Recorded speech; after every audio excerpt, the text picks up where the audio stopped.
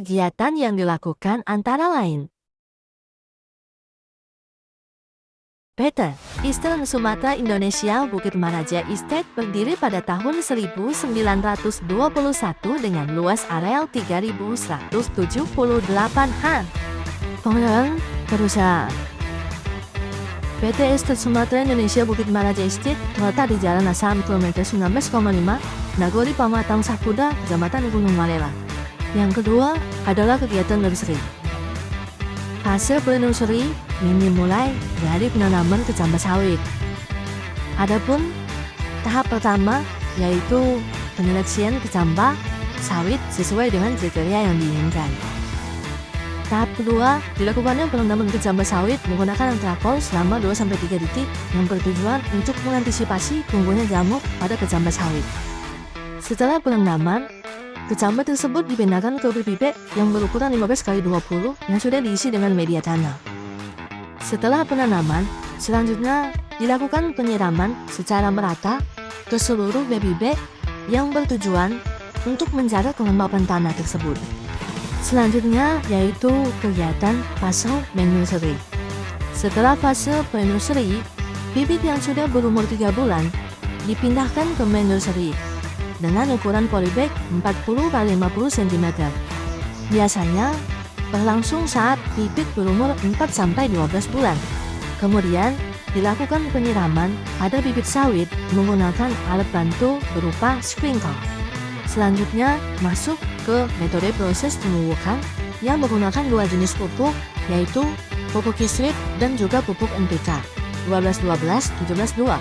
Selanjutnya dilakukan penyiangan gulma menggunakan herbisida berupa isopropilamina filosofat, semar, dan juga topramezon. Kemudian ada pengendalian hama penyakit menggunakan fungisida antrakol dengan dosis 45 gram per cap, kemudian insektisida decis dengan dosis 15 ml per cap. Selanjutnya yaitu mist blower, yaitu bertujuan untuk pengendalian hama ulat api dan ulat kantong. Selanjutnya dilakukan pengendalian hama test. Kegiatan ini dilakukan jika di lapangan tersebut melebihi batas ekonomi 3%. Pengaplikasiannya secara manual dengan cairan dapur 2,5 gram di pupus muda tanaman sawit. Pemupukan manual bertujuan untuk menambah unsur hara pada tanaman. Tiap pokok memiliki dosis 1,5 kg dan metode yang dipakai dengan cara diecer menggunakan sepeda motor lalu disebar di rumpukan tanaman menggunakan piring. Selanjutnya ada pemeliharaan keringan atau circle weeding. Pemeliharaan piringan dan gawangan bertujuan antara lain untuk mengurangi kompetisi gulma terhadap tanaman dan penyerapan unsur hara air dan sinar matahari.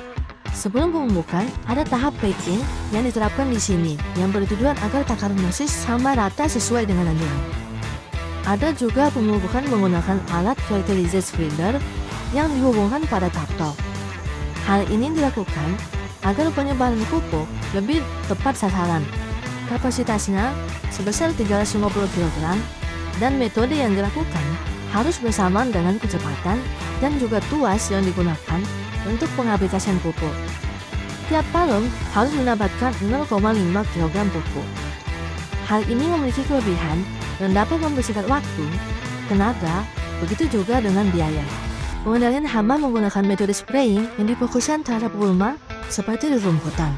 Larutan yang digunakan yaitu Metsul, Glosofan, Smart, dan Miracle sebagai perekat. Lalu dibagi ke jerigen berukuran 20 liter air. Selanjutnya, ada kegiatan pengendalian hama menggunakan mekanisme drone. Pengaplikasian ini dilakukan jika di lapangan sudah di atas ambang 3%. Diawali dari kegiatan mixing dengan menggunakan larutan yang terdiri dari Prepatron berdosis 750 cc per hektar, Miracle 37,5 cc per hektar, dan juga air sebanyak 2000 liter. Ada juga pengaplikasian kompos menggunakan mesin Belter yang bertujuan meningkatkan kesuburan tanah. Hal ini dilakukan untuk tanaman menghasilkan berdosis 15 ton per hektar dengan kebutuhan satu palem 123 kg. Selanjutnya ada kegiatan sensus hama dan penyakit yang diterapkan di setiap titik sampel dan bertujuan menganalisis jumlah hama. Penentuannya diambil dari baris ketiga dan palem kelima, selanjutnya jarak 10-15 palem dengan pengamatan pada pelemah 9, 17, 25 dalam 20 hektar. Sensus ini memperhatikan hama ulat api dan ulat kantong. Setelah itu, Data yang didapat diserahkan kepada asisten untuk tindakan selanjutnya. Ada juga pelepasan sikanus yang dipelihara dan juga dibudidayakan di sini. Sikanus adalah berupa serangga, predator, ataupun musuh alami dari ulat api dan juga ulat kantong. Tahap selanjutnya pemanenan dengan kriteria panen dilakukan dengan rondolan jatuh di piringan dengan 5 rondolan. Alat yang digunakan pemanen yaitu teklek, dodos, dan batu kosok, beber, gancu, tojok, goni, dan besak moting boundary. Pembuatan batas atau making boundary merupakan kegiatan yang bertujuan untuk menandai batas operasional kebun, menggunakan perancangan tata perkebunan seperti pembagian blok, jalur-jalur yang seluruh air terstruktur, membantu pengelolaan secara optimal yang memperhitungkan aspek kebuburan. Plugin bertujuan untuk memotong akar tanaman, kelapa sawit, dan membalikkan atau mengemburkan tanah pada kedalaman 23 sampai 28 cm dengan menggunakan traktor roda 4 dan implemen bajak piring atau disc plow. Kegiatan plugin sendiri memiliki 2 tahapan, yakni plugin 1 dan plugin 2. Pelaksanaan plugin 2 setelah 7 hari dilakukanlah plugin 1. Kasih buah kelapa sawit yang masuk ke pabrik kelapa sawit, kualitas dan kematangannya harus diperiksa dengan baik. Stasiun perebusan bertujuan untuk mengurangi kandungan uap air pada buah, mempermudah lepasnya perunduran dari janjangan, mengangkatkan daging buah, dan meningkatkan ekstraksi minyak kelapa sawit. Selanjutnya ada tahapan stasiun pemisahan buah dari janjangan atau stripper.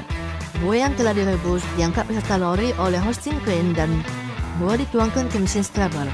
Dan jangan diputar dengan kecepatan 23 rpm sehingga buah terbanting, dan kemudian melepaskan perunduran buah. Selanjutnya ada tahapan pemotongan daging buah atau digester. Digester yakni buah dipotong menjadi bagian lebih kecil tanpa melukai inti buah. Setelah semua tahapan, berikutnya adalah proses pengolahan minyak. Yang pertama itu ada penerusan kejebakan pasir, lalu dipisahkan dengan botol besar.